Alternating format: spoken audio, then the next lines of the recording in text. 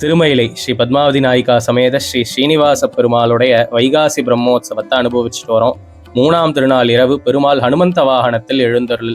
சுவாமி தேசிகன் திருவேங்கடமுடையானோட தயை மேல அருளி செய்த தயாசதகத்தை அனுபவிச்சுட்டு வரோம்.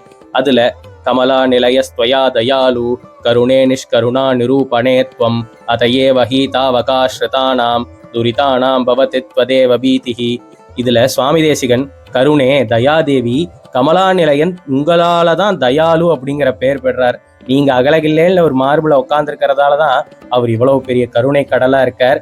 உங்களுடைய திருவடியை ஆசிரியச்சவங்களுடைய பாவங்கள் உங்களை பார்த்து பயந்து ஓடுது அப்படின்னு சாதிக்கிறாரு. இது எப்படின்னா, ராமாயணத்துல ஆஞ்சநேயர் ஞான பல ஐஸ்வர்ய வீரிய சக்தி தேஜஸ்னு 6 குணமும் பரிபூர்ணமா இருக்கக்கூடிய ராமச்சந்திர சுவாமி எதுக்கு சீதையை தொலைச்சிட்டேன்னு இவ்வளவு வருத்தப்படுறாரு அப்படின்னு நினைச்சிட்டு இருக்காரு. ஆனா அவர் லங்கைக்கு போய் பார்த்ததுக்கு அப்புறம் தான் தெரிஞ்சது, அந்த தயாதேவி இல்லைன்னா இந்த 6 குணமும் பிரகாசிக்காது அப்படின்னு.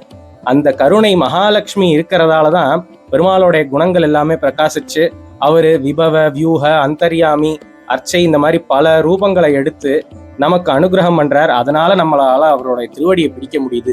அந்த தயாலட்சுமி சமேத ஸ்ரீ ஸ்ரீனிவாச பெருமாளை ஆஞ்சநேயர் சீதாலட்சுமியோட சேர்ந்த ராமபிரான் திருவடியை பிடிச்ச மாதிரி பிடிப்போம். யதிராஜோ விஜயத்தை.